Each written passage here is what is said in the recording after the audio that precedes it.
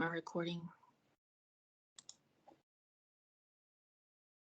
Okay, recording has started. Again, for anyone that's just joined, here's the link to the slide deck I'm using.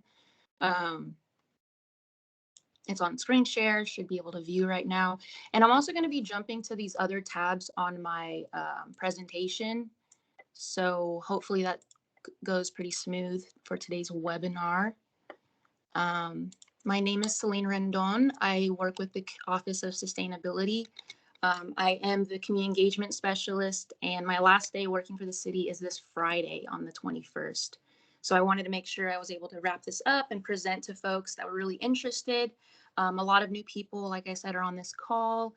I started working with the Office of Sustainability as a temporary community engagement specialist September of 2019. So a bit more than a year ago that I joined. But my work with the Office of Sustainability goes back to the summer of 2018 when I was a student at UT and I was their Equity, Diversity, Inclusion Fellow. So a lot of the work I did during that time was around community resilience, starting to have discussions around centering racial equity and community resilience planning related to flooding in Southeast Austin. So a lot of that work kind of transitioned as well to what I'm doing now, or what I have done as a community engagement specialist with the office. And I was hired specifically for outreach and engagement for the community climate plan, which is now called the Climate Equity Plan. And so it's been a really great year. I've really enjoyed my time with the city, and I think there's a lot of work here that I would like to see continued on and shared, and kind of build knowledge sharing across departments. How can we work more together based on facilitation and engagement that you'll see from the lessons learned on our ambassador program. Like I said, it was the Community Climate Plan 5-year update. We had the original climate plan in 2015, directed from council resolution. We started this process in fall of 2019 to now. So we have the draft climate equity plan already out. It's just on pause right now due to legislative concerns that's been expressed across different departments. The city manager is directed to move forward with the implementation planning, probably in late summer. And recently, folks such as Phoebe in our office has re-engaged folks from the Sustainable Buildings Advisory Group on extreme weather resilience. And also, we're kind of using this time to gather all the things that we've been working on our lessons learned from the climate plan on a white paper that we want to have available for other offices and departments, and kind of see how the Office of Sustainability can help with that facilitation, help with lessons learned, and incorporate into maybe y'all's practices and programs and so on. So yeah, hopefully you will be hearing more updates this summer. I did send y'all the final report for the ambassador program. So a lot of that I'll be kind of going more in depth on the internal management for today's time. The Austin Community Climate Plan, Climate Equity Plan, it had 5 sections that you see here, sustainable buildings and so on. We can go on and on about the lessons learned just from the outreach and engagement and facilitation around those 5 advisory groups, as well as the steering committee, which we'll have in the white papers to soon be released. But for the time being, I'm just going to be focusing on the ambassador program. But just know, like, there's so much more that to go into the whole process of working with community members, organizations, and other stakeholders that our staff in our office are always happy to talk with and share our materials that we used and created. But the Community Climate Ambassador program was created during the September of 2019 when I joined. So for a couple months, I had to research different model programs and kind of developing tools and resources that we were going to use. And all of that's been documented. I made it my effort to make sure I document everything because I know I wasn't going to be here for the long term. So everything that we have will be available. So the Community Climate Ambassador Program was one of the major components of outreach engagement for the climate plan. And 12 people were compensated to facilitate their own community conversations. And these were our selected ambassadors, which you can read more about in that ambassador final report that I did send out about an hour or two ago. And I'll again link everything again at the end as a follow-up email. The purpose of the Community Climate Ambassador Program was to identify key concerns and issues and needs for communities of color and other historically marginalized groups related to environmental sustainability. And we really framed this as a pilot program because we knew this was the first time, at least our office was doing something like this, paying community members, kind of also working with them to co-design a program as they were going through it and like talking with us on what worked and what didn't. So again, it was to recommend a long-term process and structure for collaboration. And so that ambassador report kind of goes into everything, as well as a short summary that the public could also read more into. So a lot of the discussions, which we'll be getting into and like how that data was used, I just did a lot of coding around the excerpts and qualitative data that came from the ambassadors. And collecting demographic data was really important because that was a gap highlighted in our equity assessment report for the Office of Sustainability, that we don't really have data that shows like the populations that we serve, that reach our programs and our other planning areas across the city. So over 50 reports were reviewed. That's in the form of testimonies, discussions, and surveys. The final report that I send out, it has all the key takeaways. I kind of list them here. Again, I'm just kind of going over the more internal process though for the ambassadors. So the framing and purpose, this just relates to the climate equity plan and the work our office did to kind of reinforce that we are centering racial equity in our outreach and engagement and our climate planning efforts. The Equity Office has been incredibly instrumental, obviously with their leadership and skills. Our office has worked pretty closely with them at the pre-planning stages and what we need to be aware of and how the ambassador program could be a really great opportunity to have to just have lessons learned. And again, as a pilot program, how do we make it flexible and have community members understand, like, we want to learn a lot from them as we develop and co-design an engagement effort. So using the Equity Office's language that we developed around racial equity was really important, and to continue reinforcing the city's commitment of centering racial equity and acknowledging and recognizing that the historical and structural disparities. Again, in our plan, when we talk about equity and climate hazards, a lot of the presentations and outreach and engagement materials reinforce these ideas that low-income communities and communities of color are disproportionately affected by climate hazards, as we've seen with major flooding events in Austin and also like winter storm most recently.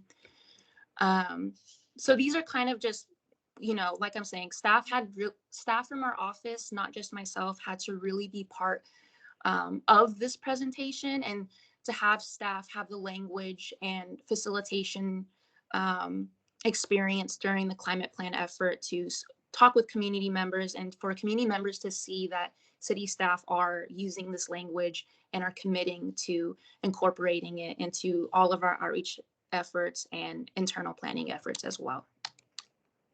This was a graphic that we created in our climate plan with the advisory, with our steering committee, that we developed an equity tool, which you'll see in a moment.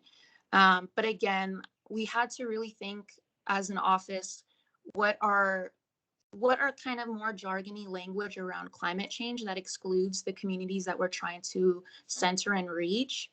And so if we're talking about reaching climate change and racial equity, we have to really think of community priorities around health, affordability, and so on. This was our equity tool. And if you're interested in this, our office has a lot of materials on this. We're trying to create a white paper as well. This is in the climate plan. If you read the draft, it was co-created with the steering committee members. And I just place it here too, because it really aligns with the outcomes and takeaways from the ambassador discussions. But it's a full tool. Each theme that you see here, such as health, has 3 questions to understand the impact of a proposed strategy that comes from the climate plan. Phoebe, you can maybe put a link in the chat, or again, I can just follow up. I think I put that in the original email invite I sent out to y'all if you were curious about that. And then this was the equity process for our advisory groups. But again, you can ask our office for any of these resources. We'd be happy to share. So now jumping into the ambassador application and selection process, I'm going to be going over a lot on the internal management. So I guess we should just wait for questions at the end, because most likely I am going to cover it. There's just kind of a lot I want to get through before we take questions. Or if you have minor questions, feel free to put in the chat, and maybe Phoebe or Shannon can answer. So the application was open for about 2 to 3 weeks of November of 2019. We had a total of 71 applications. 3 of those applications were responses in Spanish, because we had a Spanish translated application. Part of ranking the applicants, which was really intensive, was the selection panel that was created. We had the selection panel made up of 2 participants from our steering committee and then 3 Office of Sustainability staff. And I developed a criteria score sheet to help judge the best applicants. And that was reviewed and approved by the Equity Office. And so after we had our top 25 candidates, I did have to do a lot of follow-up phone calls with those 25 candidates for about 15 minutes each, because they did provide their cell number. And that was really, really helpful to kind of get better gauge folks of like what they're putting on their applications versus like, okay, what's the reality? Or like, can you kind of follow up on that, what you mentioned in your application? And doing the follow-up phone calls, 15 minutes each, helped me understand like a lot of people may write like, oh, I dedicate a lot of my time to EJ efforts. But when I ask them, they're like, oh, I don't really work with them right now, but I have so many ideas of what I could do as an ambassador. But if you go into like our application, you'll see like the type of questions that we had in the application, which is here. This is the drive that I've been mentioning that has all of the resources that I've used and created for the ambassador program. It's public, it's open to anyone with the link, which I've shared in the original invite, and I'll send it again. But I've documented everything that we used to manage this program, because I was the lead person managing it. So again, it was just helpful for me to organize it. But again, you'll see all of these different items here. We have the application, which I just showed on this tab. It's in Spanish as well. We collected demographic data as we were creating the application. We asked questions such as, what communities do you consider yourself to be a part of? You could see these different check boxes they could select. How are people in your community negatively or positively impacted by social conditions? How are you actively participating in your community currently? How do you communicate and discuss important issues with your community? And why you want to participate? So I think these are really great questions. I feel like we were able to find the exact folks we wanted to learn and hear from. And with that, like I said, we did rank the applicants, which it's all here. And this is the internal score sheet that I created. And I think this is also helpful for any recruitment process that you're doing with applications. This was for the panel, the selection panel that assisted me in ranking those applicants. And I went over with them, like, this is how we're ranking them. We had 4 different goal areas around meaningful engagement, representation, education, outreach, and impact. We were looking for folks that had experience working with communities of color and can engage in a meaningful way, meaning that they're familiar with social inequities, they have basic skills or understanding of facilitation. They reflect the purpose to prioritize community of colors or other marginalized groups in discussions, and understand the use of culturally relevant methods. For representation, I feel like I've heard a lot of tokenizing language come from the city around representation when we do our outreach and engagement. It is not that we're just trying to have people of color represented in our group. We really want folks that represent communities of color or other marginalized groups in an authentic and meaningful way, meaning that they demonstrate a commitment to social justice or other community-driven work. They're involved in their community. They understand the local issues here in Austin. They have relationships, trust and expertise probably. And so I think this criteria score sheet I developed kind of goes into that concern that me and like our team had around tokenization around such a specific targeted audience that we we're trying to reach. So I think this is really helpful to review just when you're thinking about recruiting folks and having an application that's sent out to the wide public. Celine, there's a question from Janelle about being the only one that did the follow-up calls. So I don't know if you talked about like the kind of team and the steering committee members that were part of that initial process, but it's about were you the only one who made the follow-up calls? Yes. So yes, with my role as community engagement specialist, while I was doing like outreach and engagement with the ambassadors, I was the one. Yeah, I was the point person managing everything for the ambassadors, but staff on my team helped with other things such as like reviewing materials. I was the person that did all of the phone calls, and that was all me. And that was just for the 25 applicants. But also on my next slide here about like how we got the word out. When we did the community climate plan, initial outreach engagement from September to October for the advisory groups and for the steering committee, me and Phoebe were doing like a lot of one-on-one meetings with folks that we met from the Equity Action Team. We participate in the Equity Action Team, which I encourage all of y'all to join if you don't, especially if you do community engagement. So with the initial engagement, if I note, like I also mentioned to the folks like, hey, if you're not interested in joining an advisory group or a steering committee, we are going to have an ambassador program where folks will be compensated to do some related organizing work if you're interested. And so I kept contact with all those folks. I developed like this stakeholder database as I was doing that outreach and engagement, collecting all the names of the organizations and individuals. So that helped a lot too, to get the initial word out about the ambassador application. Yeah, I did a lot of one-on-one phone calls initially for the outreach. The city has a neighborhood association listserv, and it breaks it down by zip code as well. I reached out to organizations and groups that had an applied social justice lens, the Equity Action Team Network by the Equity Office, Facebook groups, social media, and then, other organizations and nonprofits. And I was just, I don't know, I can't imagine kind of doing that now during COVID, but it is a lot of work. And for me and Phoebe, to be really involved with that, I do really encourage, this is a heavy role, having other assistants, maybe having a little planning team to do all of this internal management work would definitely be beneficial. Nevertheless, we did get it done. It happened, turned out great. This is the demographic breakdown. Oh, shoot.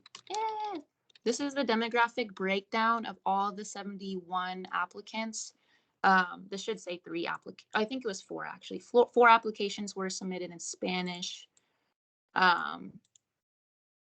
So as you can see, even though we were very specific in outreach engagement for that time, you can still see like a great number of white folks. And then based on the applications I saw, like it was really like the traditional environmental people responded to this because we did leave it out to the general public on our outreach. And so that's why the criteria score sheet that I developed was really helpful to get the folks that we really wanted to hear from. And then collecting this data to show, like you can be really specific in your outreach and engagement, but, you still have to apply an equity lens as you're ranking those applicants and who you eventually select. This is the demographic breakdown of the individuals that were actually selected. I didn't want to put specific numbers because I don't really like to show data to people like exposing that, but so I tried to just do it as percentages. And I think we had a really good, great, amazing cohort of individuals. Um, for the ambassadors that we had, here I'll show a photo of them so you can put face of folks. For these ambassadors, we had such a wider range of different interests. Some folks sort of wanted to focus on cultural relevant like material. Some people want to focus on Spanish speakers, food access, gentrification, cultural connection. KB wanted to do arts-based programming with their organization interfaces. And that was really great. They did like 5 arts-based workshops with folks in their network. um, Taylor Huntley from Mama Sana Vibrant Women, that was the other organization we worked with. She did workshops for women of color, mothers of color, to focus just on the cultural connection to sustainability and like what are sustainable cultural practices that people use and like how can we do better outreach and engagement to be more culturally relevant. Other folks want to talk about, such as Deborah Bereski, wanted to talk about people with disabilities, low income folks. So again, like their topics that they were all interested, which they highlighted in their application, cover just so many amazing, cool things that some of us weren't really too aware of. And we learned a lot as we got to meet and speak with the ambassadors. We did have 2 high schoolers. Um, I don't think we put an age limit on our application of who we're selecting, but we did have 2 high schoolers and they were really great. They were really involved, just as high schoolers in their community or church group or other organizations that they were involved with. So very lucky for that. Let me go through here. So funding, timeline, and support. Is there any questions regarding the selection process or early engagement around the ambassador?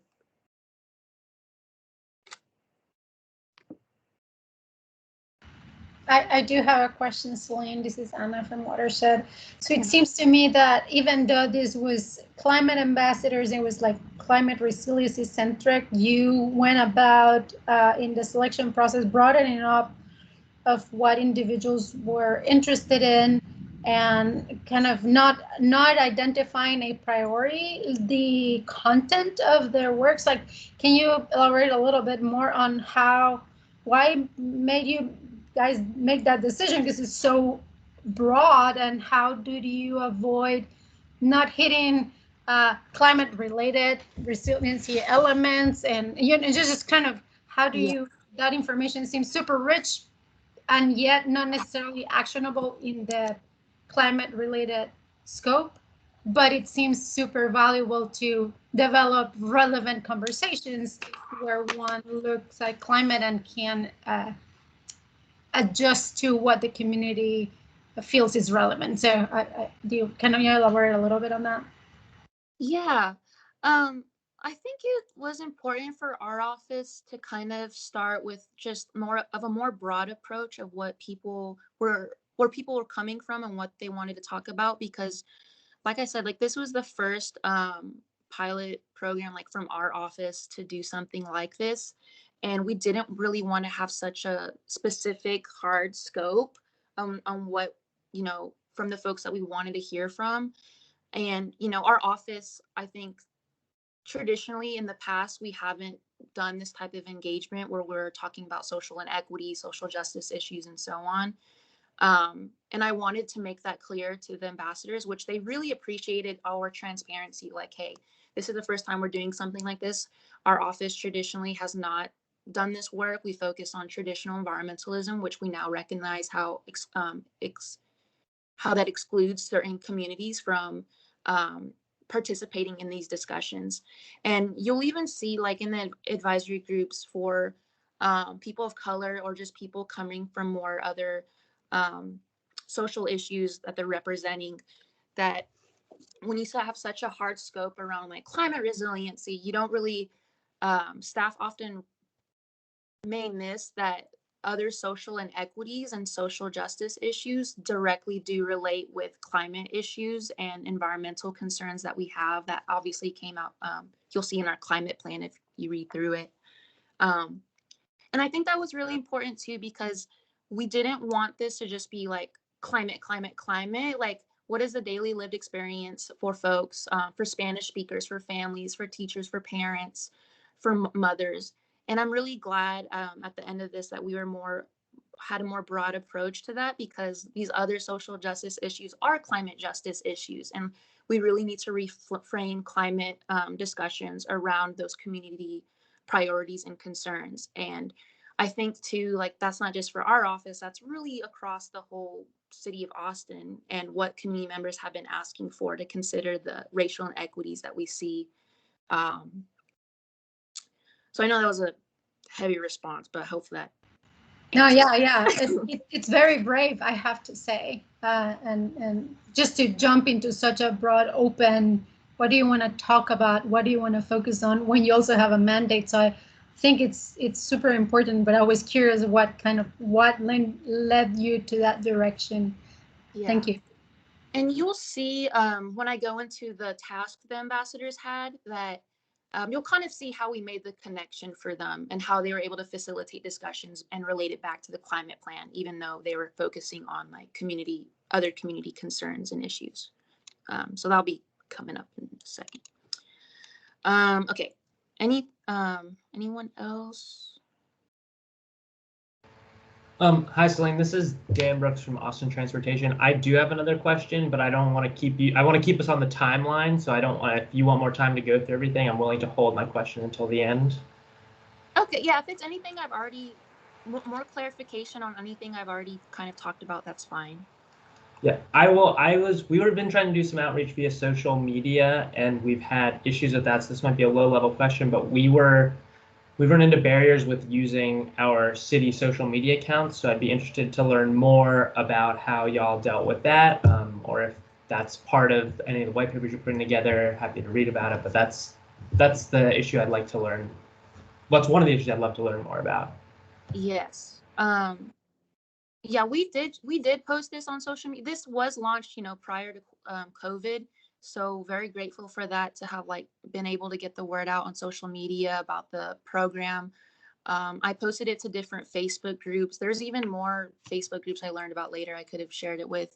But just me as like a community engagement specialist with my role, like I shared it everywhere I could, not necessarily through a formal Office of Sustainability Facebook page, but I shared it through like my networks, people that I trust and like work with in the city, and then outside to like share it with their people. And one thing I forgot to mention, that of the 12 ambassadors that we selected and chose, I did ask applicants, like, how'd you hear about this? And for the folks that were chosen, like those networks of folks that sent it to them was really successful. Like that Equity Action Team network was really, really successful in getting it out to folks, the community members that participate in that group, because we shared it with the equity office, and then they shared it with those people on that list. And yeah, because some of the applicants mentioned people that I know that are on the Equity Action Team that sent it to them directly. And then others heard it from their neighborhood association, like that shared it through their emails with them. But I think, kind of on my history, I've been involved with stuff from the city and then with other environmental justice groups prior to joining my role as community engagement specialist. So I think having someone that understands that approach is really like helpful, because there was kind of just other ideas I had of like reaching out to people, my networks that I have personally with community members and other groups. So just something to consider. I know I saw a lot of postings for community engagement specialists the past few months. So I know some of y'all are diving in deep with that already. But it helped me to have that understanding, having those tools, having that network to then bring it into this space, to reach out to my Facebook groups that I'm aware of and other people that I could kind of bounce off to trust to send it out and help me out. Hopefully that answers your question. But I kind of could put it on myself to like share through social networks, where I found that we were limited having like the city brand doing it, or having our official Facebook group try and do that. All right. I'm gonna go to the next part now. And feel free to put in the chat too, and I can we can go back to those questions in case I missed anything.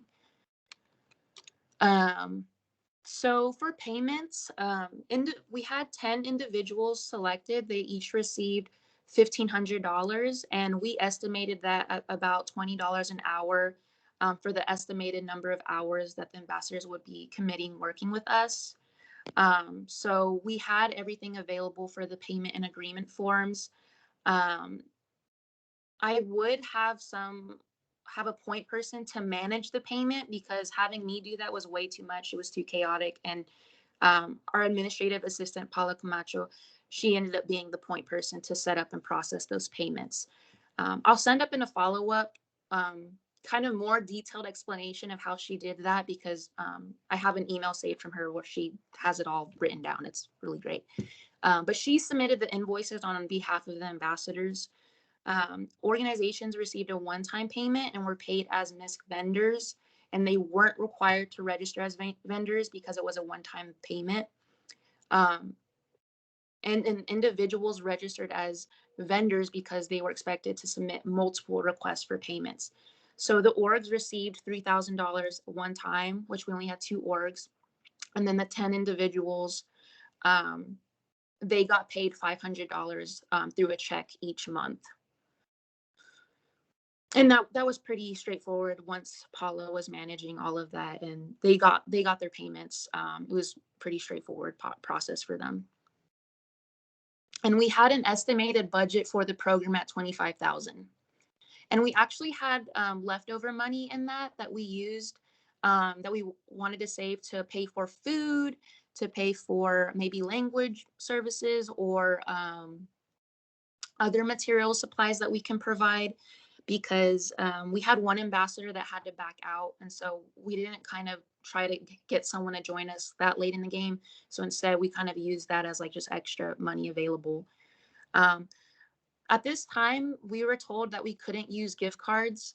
And that's a major lessons learned. If you can do gift cards, get gift cards for your ambassadors, maybe 20, 25 gift cards that the ambassadors can give to community members that participate in like a intense workshop or an outreach event that they're doing. That's something that they really wish they had. I'm trying to see. And in the slides too, we're going to see kind of the lessons learned coming directly from the ambassadors. I kind of embedded that through the slide deck, which you'll see in a moment. This was the timeline for the entire climate plan effort. This obviously moved around because of, nothing sticks to a timeline. This is just what we started with. The community climate ambassador outreach is at the bottom, but it kind of went on much longer through quarantine because the planning effort was extended through the summer of 2020, or just beyond August of 2020. And then this was kind of how I broke down for them the timeline that they were expected to kind of keep up with. But again, this had to be stretched out beyond through quarantine just because of the timeline of the climate plan. But I did do check-in calls with each ambassador for about 15, 20 minutes. I kind of also met each of them like at a coffee shop or just at a phone call, like, hey, where are you at? Are you able to get me back that form that we need you to finish up? I was really personal in keeping up with them and managing them, because a lot of these folks in the ambassador program were busy with school or busy with their other work. And so if you're trying to reach people that are hard to reach, like, you need to accommodate those community members and kind of be flexible, because that was the whole point. Like, these aren't folks that want to participate in an advisory group every other week. They want to kind of do their own structured timeline and get that feedback based on their approach. So yeah, I did one-on-one check-in calls with them each month, but they're kind of independent with that initially. And then I was super helpful hands-on during COVID online, which we'll talk about how that went on.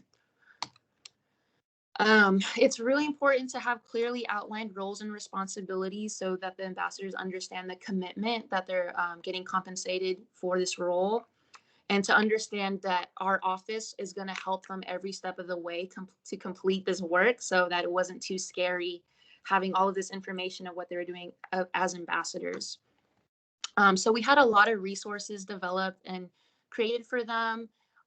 All of them used the Google Drive pretty effectively. And then I helped organize that Google Drive because we did have a couple of elders, that I was a bit concerned about, but they were on top of it. They were good with the Google Drive, sending me things through email.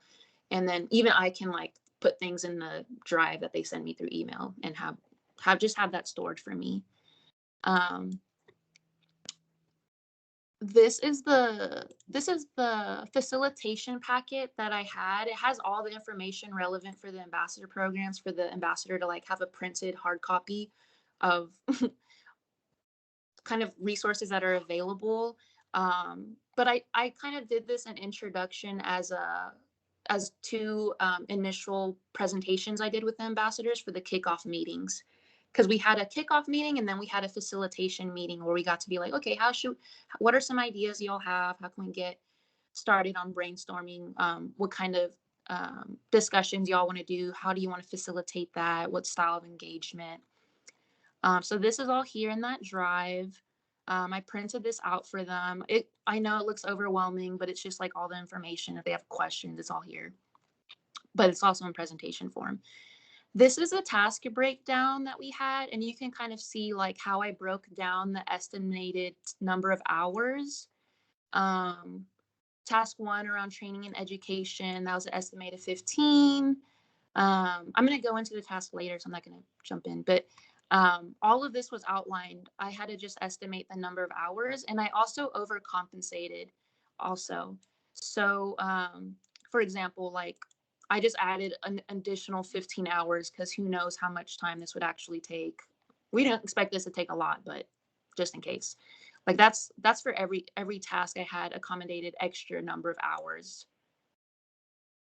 But that didn't affect their payment. They were going to get paid that $1,500 as an individual, whether or not. So this was helpful for them to be like, okay, I got to do this, check. But again, this is all available. This is just like extra supplemental material around effective facilitation, which we did in our second facilitation meeting. That was really helpful. But yeah, all of this was created. All of this is in the Google Drive that I've been mentioning over and over. And any of this, feel free to like make copies of. You can tweak it to what you want to have. Anything. Cool. And we did have agreement and consent forms, which are also in the Google Drive. And we did brainstorming with that facilitation meeting we had. So we just had brainstorming around hosting their meetings. What makes a conversation inclusive, which I'm really glad we had that facilitation meeting because the ambassadors got to hear from one another, like the ideas they have. Oh, you're doing that. That's a great idea. I want to do that too. How they're going to collect data was really straightforward. And that we were open to their ideas and like, how can we support as an office, like what you want to do? And I think they really liked that. I'm going to go back to this task sheet though. So, actually, I'm going to come back to that later on. Like that comes up. These are kind of some takeaways from lessons learned from the ambassadors. Many thought it was just straightforward. I'm not going to read through all of this. At times, it did feel siloed off because I was the point person that they were talking with. So we really wish we were able to have more like, we did try to have like potlucks, but I think COVID-19 started right when they were about to do their in-person gatherings. So that was a curveball, which I'll mention later with the tasks, how those were impacted. Again, being transparent is really important for the ambassadors and like knowing what they're getting into, that they were co-creating with us. So yeah. To your point though, about social media, during COVID-19, our office was not allowed to post about the ambassador events. And I think that was kind of more of like where they felt siloed off, which we communicated like, we can't post this. I'm sorry. Like we could try our best to do it like personally, like sharing it with folks. But that was a curveball because the ambassadors wanted to like post their events in partnership with the City of Austin Office of Sustainability. So that social media takeover thing was kind of a missed opportunity that we would love to do kind of moving forward, if we're able to, obviously. And I think we are able to.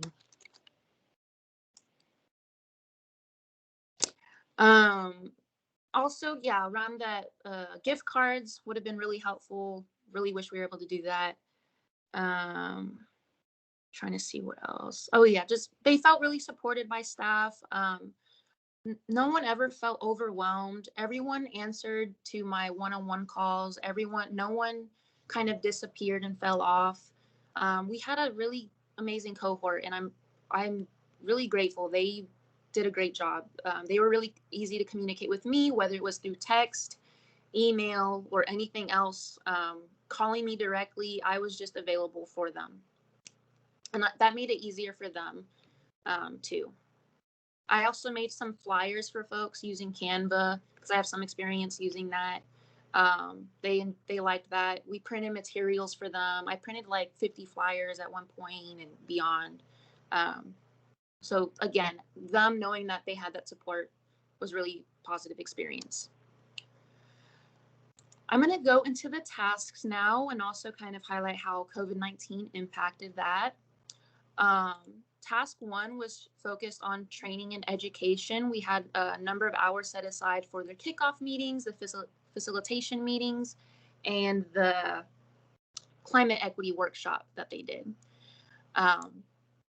So at the top, you'll see what the task 1 highlighted around participating in training workshop. And that was facilitated by Susana Almanza from People Organized in Defense of Earth and Her Resources.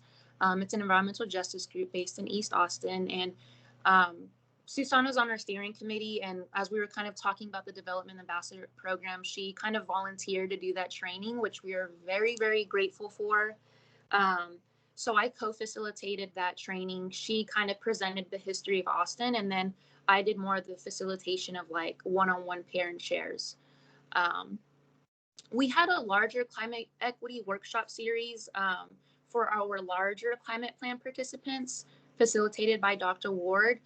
It would have been great to have the ambassadors already recruited and involved in our climate plan effort at that point, so they could have seen other people involved in the climate plan. Just because of how much time went into this, they were kind of just on a different timeline than the advisory groups as they were like getting started in their work, because we wanted to make sure that they had a training. We want to make sure that they were ready to go for their conversations. But this climate equity workshop was fundamental for the ambassadors. It helped them build a shared understanding of vocabulary about the intersection of race and climate issues, especially for here in Austin, applying that local Austin context. And I think it was really helpful for the ambassadors to have the light bulb go off of like, what do we mean when we talk about climate equity, and like what we're trying to hear from the community about. So the orange is kind of more critiques, and then the greens I didn't mention are more like positive takeaways from it. From the 2 high schoolers, they said that they would have loved to be around more young people in the process. The groups could have been more intimidating because they're younger, obviously. But for the training, a lot of the ambassadors used the slide deck that Susana presented to the group to help frame the conversations that they were leading for their climate equity discussions. Even community members born and raised in Austin like did not know about the history of East Austin I-35 of racial planning. And they knew like other community members don't know this. Like, I need to talk about this with my groups that I'm going to be reaching out to. And I think too, like just having storytelling and getting to hear from a community member like Susana Almanza was really, really a positive takeaway for the ambassadors, to like not have a city staff presenting the whole time, but having a community member providing a real history and talking about climate justice and connecting it to a lot of other racial inequities here in Austin. Task 2 was focused on the interview discussions where all the qualitative data comes from. Is there any question about task 1 with this workshop?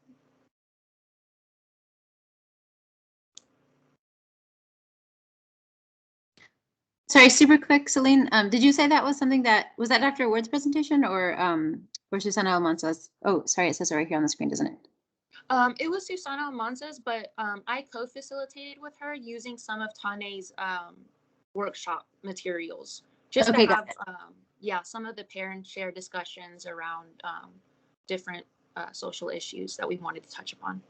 Okay, so it wasn't the same workshop that the the advisory groups went through, but it had some similar content.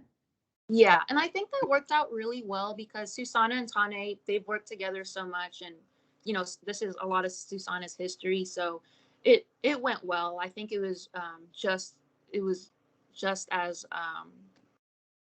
foundational for the ambassadors as it was for the other participants in the original climate equity workshop series we had.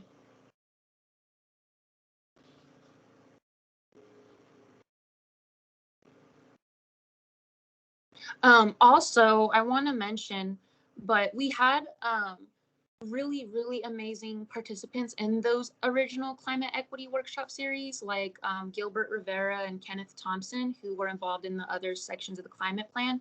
And I asked them, like, can you please participate in this climate equity workshop with the ambassadors so we can have more participants and so they can kind of hear from you, your lived experience as like another community member here in Austin. And they just showed up, and I'm really grateful because that helped have a really great discussion with those that training, and maybe for some of the younger ambassadors to have heard from an elder their history and their wisdom and other things they're sharing as someone from East Austin as well, or other parts of Austin. So I'm really grateful for them participating.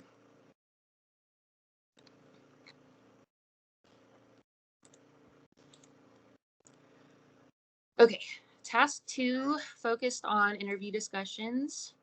They were to conduct interview reports to gather and share information about climate issues. This was flexible with that date. They were required to facilitate a minimum of 3 gatherings in order to produce a minimum of 5 interview reports. And let me show you on that scope of work, which I wanted to mention.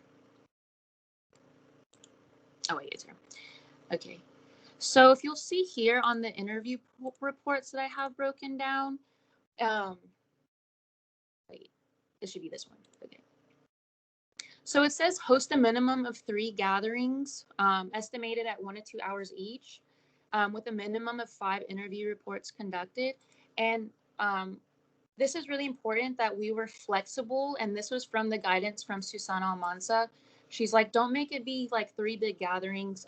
Be more flexible. Make it be like a one-on-one interview. It can be an event, or it can be with a small group. So we communicated, let the ambassadors know, it can be kind of whatever style you want to do. In the interview reports, we just encourage them to record the discussion or to at least have notes and takeaways. But they were really great in recording the discussions, word for word, because they typed it up, or I had to assist them type it up, which again, having a team managing this would have been, could be really helpful to help with that transcribing effort. So that was really good. I'm glad that we were flexible with what type of interview reports or gatherings that they wanted to do. So yeah, the COVID-19 stay-at-home orders happened right when the ambassadors were diving in deep on their discussions and hosting their meetings. And so we had to kind of go into virtual mode. And I had to develop workshop slides for them to use. That was really easy to go slide by slide, which you'll see in the Google Drive. Those materials I used for them, and they liked that. But we were open if they wanted to do one-on-one phone calls. I also created worksheets for them, which is really helpful. For some folks that don't like the digital format, they're like, no, just give me worksheets so I can go over what we're asking and getting that feedback and data collected. So that worked out. all of the demographic forms that we use, which was like just a one pager that we were trying to get from the people that were being interviewed, all the ambassadors did a great job trying to collect that data. But obviously, like, it can't be perfect. We weren't really strict on like, you need to reach X amount of people.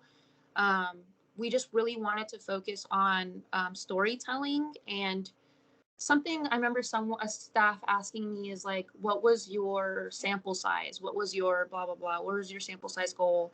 And that wasn't the focus of the ambassador program. The focus of the ambassador program was to work really closely with the selected ambassadors and to hear from them and from the folks that they were working with or speaking to, like in a more intimate way. I think often when we think of sample size and trying to reach a certain number of people, that kind of takes away from like the actual lived experience of people and like that storytelling and like those types of settings that are created. So just something to keep in mind. I think when you focus so much on numbers, you kind of lose the focus of what you're really trying to learn and grow from with the community members that we're trying to center. So yeah, COVID-19 obviously was a huge curveball. It was really, we had to do a check-in call when that happened. I wanted to make sure all the ambassadors were okay. They felt comfortable moving forward. Is there any other concerns we need to be aware of? Because, you know, people, like a lot of people are just going through a lot during those stay-at-home orders.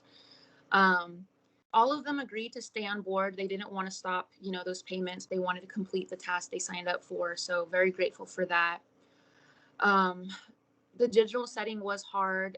They felt a bit uncomfortable asking people to dedicate their time when COVID-19 was something people really stressed about and being impacted by. Being flexible with them, choosing to do individual interviews or group discussions was good for some, because one of our ambassadors, Kionis, he felt more comfortable doing individual interviews. And I think that's something to consider. We had such an interesting cohort of people just on a spectrum of community organizing experience. It's not to say that they were all experts, but some of them, you know, we wanted them to learn and gain something from this program. So I'm glad, you know, for more introverted folks, they still had a way to facilitate in their comfort level. Some folks were nervous about facilitation. Again, I think Susana's climate equity workshop helped people like get psyched about talking about climate issues with their communities. Again, people feel comfortable when they facilitate communities that they live amongst or work with, and so on.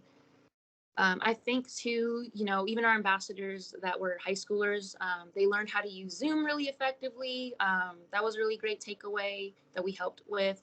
And a lot of them like really great for the workshop, the worksheets that were created. I have way more takeaways as well. These are just kind of highlights I wanted to include, but that's all on the Google Drive. Everything you'll see is there. COVID-19, while it was hard for some, it was good for others. They're kind of like ready to go into it. I just wanted to make sure I was keeping up with them. Like, hey, I want you to make sure like this doesn't have to be the main concern right now. Like, make sure everything's good with yourself personally first before trying to take on everything.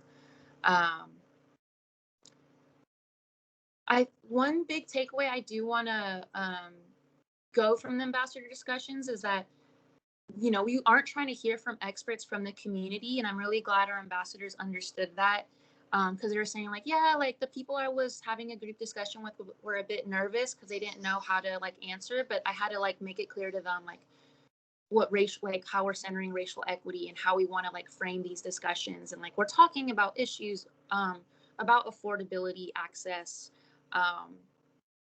income level, and so on.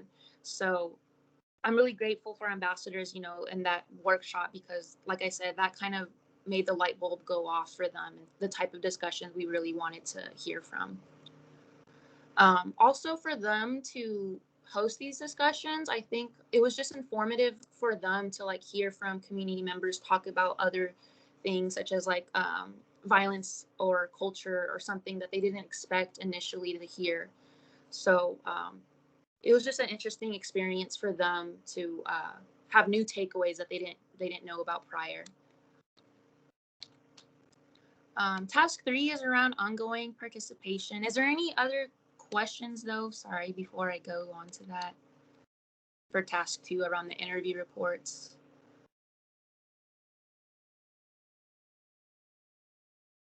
Okay. This last task was on ongoing collaboration. This was kind of more flexible and open. They had to attend a minimum of 2 advisory group or steering committee meetings. They had to attend a final reflection session for me where I recorded and wanted to get all their thoughts about what worked and what didn't, because this is something that we want to create like moving forward based on the lessons learned, like how can we improve this type of outreach and engagement.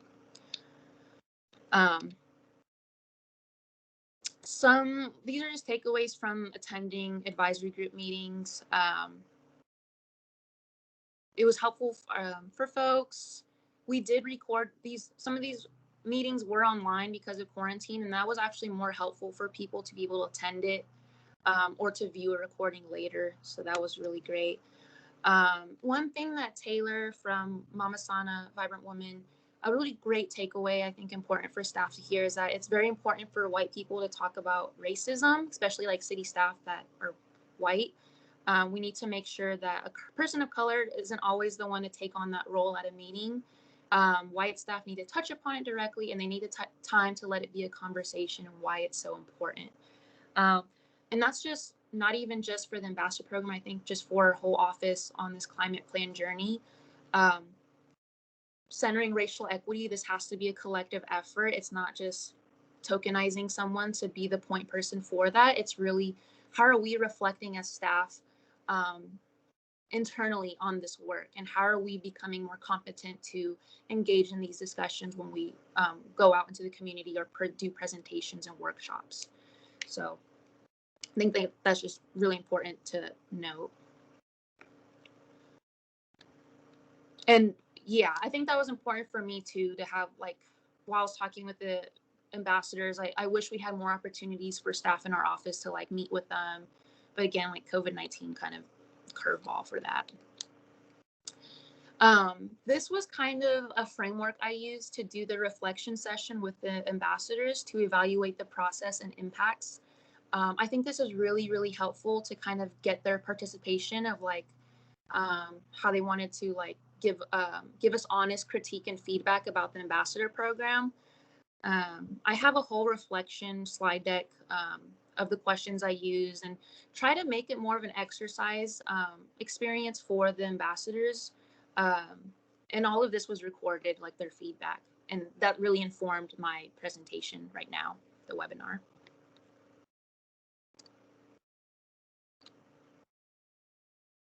But yeah, I think it's always important to evaluate the work. We did a lot of evaluation and reflection internally as a team, the climate team, for the whole climate plan. And, you know, none of this stuff is perfect. The outcome isn't always perfect. And that's okay. I think it really is like the lessons learned where we grow the most and can apply that to work moving forward.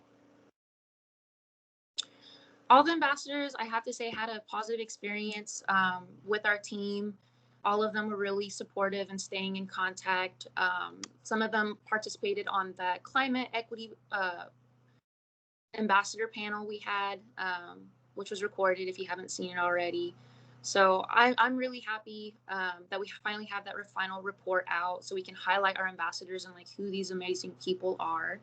And hopefully we could do like a social media spread on the ambassadors and where they're at now, and link it back to the final report. I'd be happy to kind of focus on any questions. I know we have a lot of different offices represented here. And just kind of, yeah, I'll answer any questions. I'll do that.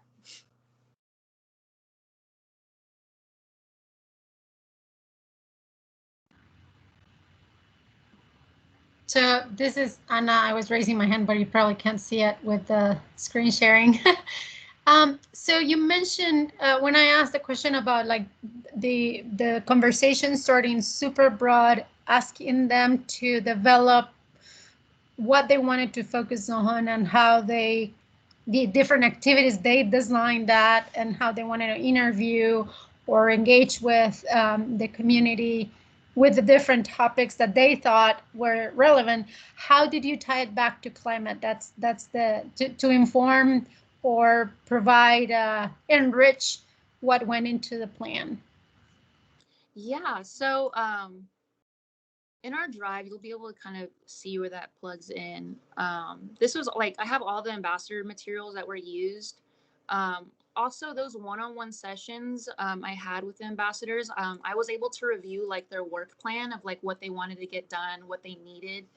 And that was helpful for me. So let me pull that up real quick.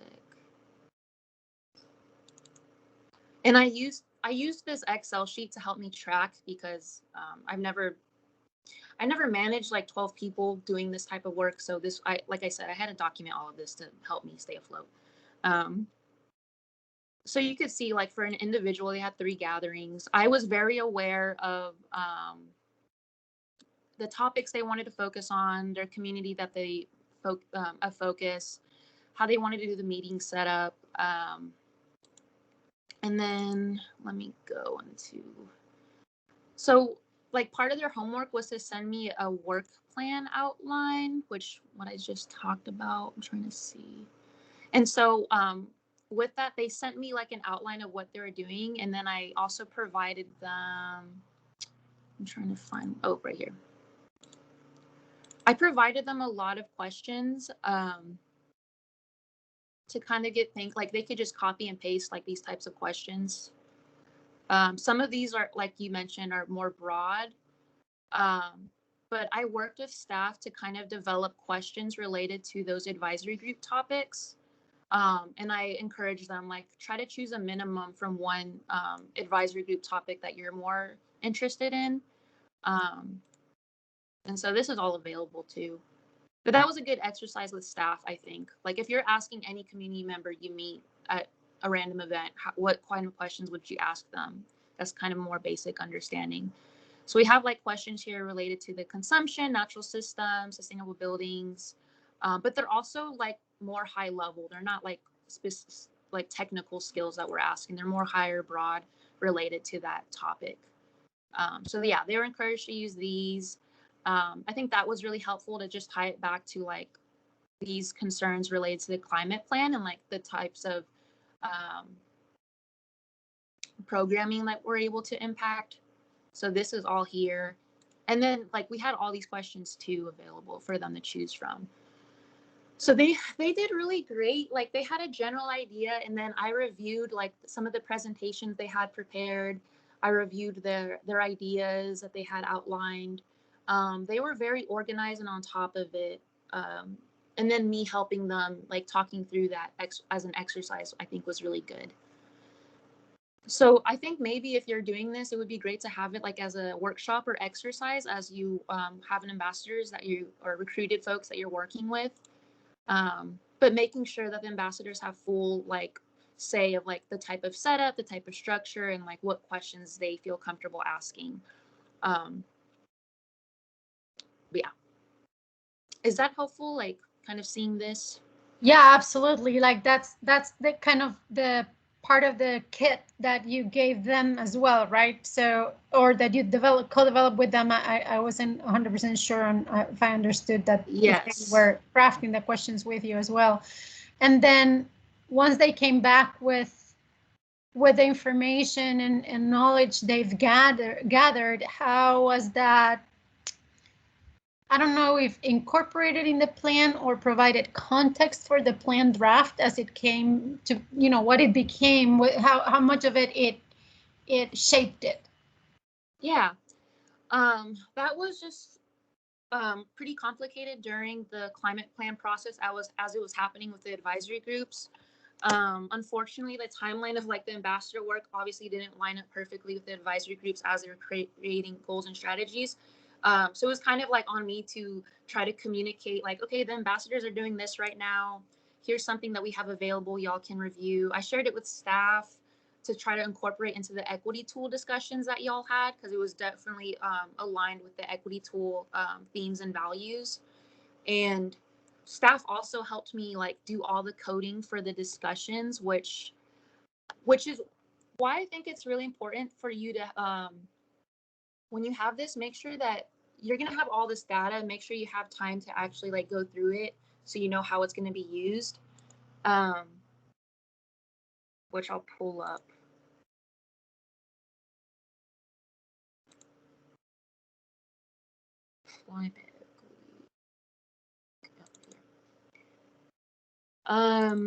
Here, let me pull this up to show an example of what this means by coding, because we had to do a lot of coding. This is just a draft, but I had to like code through all of the transcribed reports that all the ambassadors had. This is just a draft version of it. And then, because I have experience doing this in college, I did like a qualitative coding research paper. So I have experience doing that. So I was able to like do all this. I think the Office of Innovation is also helpful if you want to learn more about this type of approach. But this is how I did the coding for the qualitative data that was all collected. And then like we saw, like this definitely aligned with the kind of provides that lived experience to the equity tool that was created and provides that storytelling narrative, which you'll see throughout the climate plan. Okay. Oh yeah, and I collected data for the demographic stuff they also provided as well. And then staff helped me. This is an old draft too. It was just a lot of work. So please make sure you have time dedicated for this. But yeah, this was provided directly to the climate plan. We have excerpts throughout the climate plan. We have the appendices that breaks down all of the ambassadors' work, like the final report. And again, it just kind of provides that more storytelling narrative, the folks that we reached out to. Thank you. Yeah, that's super useful.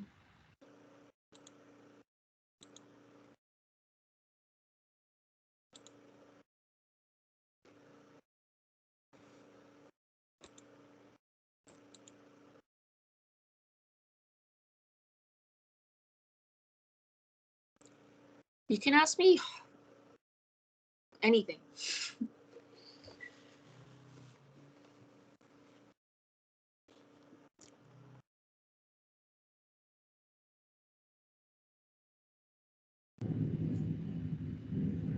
Well, if nobody's going to take the floor, I'm going to ask another. Oh, no, someone else raising their hand. So that's like, I'm going to see the floor. Yeah, feel free to raise your hand. I can see the chat now. Yeah, thanks. This is Cole with Austin Transportation. I just wanted to acknowledge that Austin Transportation is really interested in the ambassador program. So we've really leaned on Celine and their experience. And I think this knowledge sharing session is invaluable as we continue to try to maintain the community ambassador concept for any one of our initiatives. So we look forward to keeping this conversation going, and hopefully this is a good group to reach out to in the future. So thanks, Celine, for what y'all did and getting that started for the city. Yeah, like I said, this is available for anyone to review. I also made this publicly available just for transparency for anyone interested about the program on the outside of the city as well. And I really do encourage, this, we were able to complete this program. I'm very grateful. Like it went well. We did it. We committed to it. And we changed things along the way based on feedback, which was, welcomed. And like I can only imagine like this coming from a wider city effort, like in collaboration with like watershed protection or with PARD or transportation, because I know we do a lot of separate engagement events, and like how can we kind of work more together, doing that. So especially if we already have tools and resources created to facilitate that, right? I spent a lot of time gathering this. I spent a lot of time doing research. All of this was not created from the beginning by me. I referenced a lot of materials from Fort Collins, from other places I researched, from just speaking with folks, talking to community members here in Austin about the program, and like getting their input on like what I need to really consider as I move forward with the outreach and engagement for the ambassadors, and making it more flexible. So a lot of time went into this, and I want to see it move forward. I want to see staff collaborate more, and being more involved in doing these exercises, these workshops, and talking with community members, centering racial equity. That's where those relationships are built. That's where you have community members that want to work with you again, and that's where you have your networks that are able to extend. And you know, all these ambassadors are, a lot of them have never worked at the city, and I'm really glad about that. There's a lot of fresh new faces and a lot of new things I've never heard or learned. I learned newly this past couple years. I think Margaret Valenti, you had your I did, thank you. Hi, this is Margaret. I think I might know the answer to this question, but I'll ask it more directly. But for you, what was the most rewarding part of this project that came out of it for you? I think like just meeting these people and really getting to personally connect with them. I think like I never met a lot of them before, and getting to hear their story, and like getting to talk with elders about Austin, and like hearing what they're passionate about, and like how they're such a like huge they each play a huge role, you know, and it kind of goes to show like everyone has a role to play. Like no one has to be a scientific expert to participate in climate discussions. And so I'm really glad, you know, that I get to learn with these ambassadors, and I get to share that with my office and my team, and I get to like leave that work behind to hopefully guide the work that comes from our office. Because it was a really positive experience, like not just for me, but like for my team, and getting to like not even just the ambassador program, but the whole climate plan, like having Susana work with us, having Tane do that workshop as well, having folks provide their lessons learned, provide their honest critiques of like how I can improve. Like I am so appreciative of that. And when I joined the office, I kept telling myself like, it's not going to be easy. Like nothing can be perfect. You just got to try your best with like, be transparent, be as honest as you can. And people will recognize that, and hopefully, you know, have that same intention. And, you know, a lot of these ambassadors, a couple of them still like respond to me. They keep up with what's happening for our office. I've developed a relationship with them. They send me events that they want me to like check out or share with the whole team, or our climate equity plan listserv. So just that relationship building is always going to be the biggest part for me, and getting to share that with my team and like what we can do is probably the best thing. Thank you. Okay, Anna, I think that's you. Thank you. So I'm really curious, you mentioned several times that the timing was difficult to balance. Let's ignore COVID for a moment, although I know it was a huge thing, but knowing what you know now with the timing of the two processes, the ambassador as well as the climate plan, you know, the ag committees all getting together, what do you think, if you were going to do all over again, what would you change on the timing or the structure to maximize what the ambassadors could bring to inform the plan? If there were any things that were missed because of that timing, or do you think that the maximum was achieved in terms of how much the ambassador program shaped the plan? Or do you think there were missed opportunities because of the timing? Yeah, I definitely wish, when I joined the Office of Sustainability, it was September, and we started so fast of like Zach and Phoebe telling me like, okay, this is the breakdown of what we're trying to do. Here's the timeline. And we didn't really get to do a lot of pre-planning around engagement strategies and so on. It was kind of like, I was just like, the second I joined, like the month of September and October was doing rapid outreach with those phone calls, emails, helping Zach and Phoebe organize the advisory groups and the people that will be participating. So yeah, I wish, I had more months to prepare, like being involved in the pre-planning efforts. I think that would have helped tremendously to then like already have the program created and then do the recruitment for the ambassadors while we were doing the recruitment for the advisory group and steering committee. I think that would have been just great to have more time for that. But yeah, I think just probably those 2 or 3 months would have, maybe just one more month would have helped. And having like a larger team to like, for me to work with like 3 other community engagement people on a strategy for outreach and communication. Which is why I think it would be really helpful to not do this like alone as an office, but like in collaboration with other community engagement specialists from other departments, because we're reaching out maybe to the same people, or maybe we have gaps we can fill for each other. And these are kind of more broader takeaways that we have that apply anywhere else in the city. Thank you. And just a follow up, if you had more time to continue working with them, or do you think they would have been, were they given the opportunity to look at the recommendations that were being shaped and provide feedback on those, or was that not possible? Yes, during our reflection sessions, yes, that was part of it. It was like on the lessons learned from the program. And then we had time to go over the goals and strategies that were in draft form. And then, yeah, all of the transcripts, like the staff had to go through as well and review of like how it applied to their section. It was a lot. Sounds like it. Thank you, Celine. Cool.